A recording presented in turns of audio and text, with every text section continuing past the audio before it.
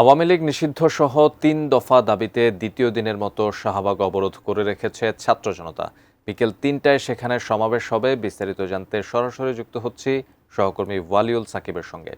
সাকিব, দ্বিতীয় দিনের মতো শাহবাগে ব্লকেট চলছে এবং বিকেল ৩টায় গণজমায়েত হবার কথা রয়েছে। গণজমায়েতকে ঘিরে কি আয়োজন দেখতে পাচ্ছেন আপনি?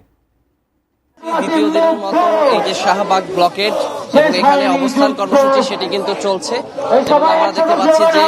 এখনো সেই গতকাল বিকেল থেকে যেই স্লোগানে যে মুখর হয়ে উঠেছিল শাহবাগ, ঠিক তেমনই মুখর আছে এই মুহূর্তে শাহবাগ। তবে এই মুহূর্তে আমরা দেখতে পাচ্ছি উপস্থিতি যে সাধারণ জনগণ কিংবা জাতীয় নাগরিক পার্টির যারা নেতাকর্মী রয়েছে উপস্থিতি কিছুটা কম হয়েছে। আমরা গতকাল রাতে দেখেছি যে অসংখ্য মানুষ এখানে এসে জড়ো হয়েছিলেন এবং তারা তাদের যে কার্যক্রম যে তাদের যে একটি মাত্র দাবি ছিল যে আওয়ামী লীগ নিষিদ্ধের দাবি, সেই দাবি নিয়ে কিন্তু তারা এখানে অবস্থান কর্মসূচি পালন করছিলেন এবং পরবর্তীতে আমরা দেখেছি যে বিভিন্ন রাজনৈতিক দলের নেতাকর্মীরা কিন্তু তাদের এই যে আহ্বান সেটাতে সাড়া দিয়ে এখানে এসেছিলেন এবং সর্বস্তরের মানুষ, বিভিন্ন শ্রেণী পেশার সাধারণ ছাত্র জনতা থেকে শুরু করে সব মানুষ কিন্তু এখানে এসে জড়ো হয়েছিলেন। ব্রেকফাস্ট, টিফিন কিংবা স্ন্যাক টাইমে মজাদার আয়োজন মানে অল টাইম ব্রেড। আমরা দেখেছি যে গতকাল কিন্তু যে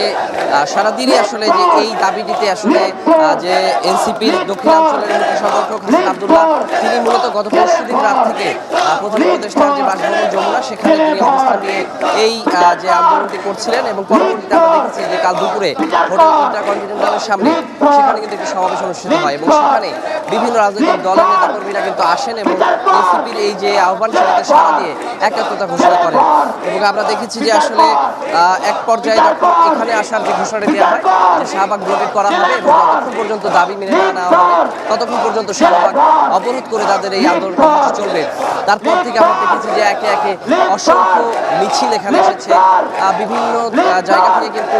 মানুষ এসে এখানে জড়ো হয়েছেন, তাদের মতো করে শাহবাগের যান চলাচল বন্ধ করে দিয়ে তারা অবস্থান কর্মসূচি পালন করেছেন এবং তারই ধারাবাহিকতায় কালকে বিকেল থেকে শুরু করে সারা রাত কিন্তু এখানে যে জাতীয় নাগরিক পার্টির নেতাকর্মী সহ যে বিভিন্ন রাজনৈতিক দল, ইসলামী আন্দোলন বাংলাদেশ, ইনকিলাব মঞ্চ সহ আরো যে দল রয়েছে সবাই কিন্তু এখানে এসে অবস্থান নিয়েছিলেন এবং আমরা গতকালও দেখেছি আসলে যে এই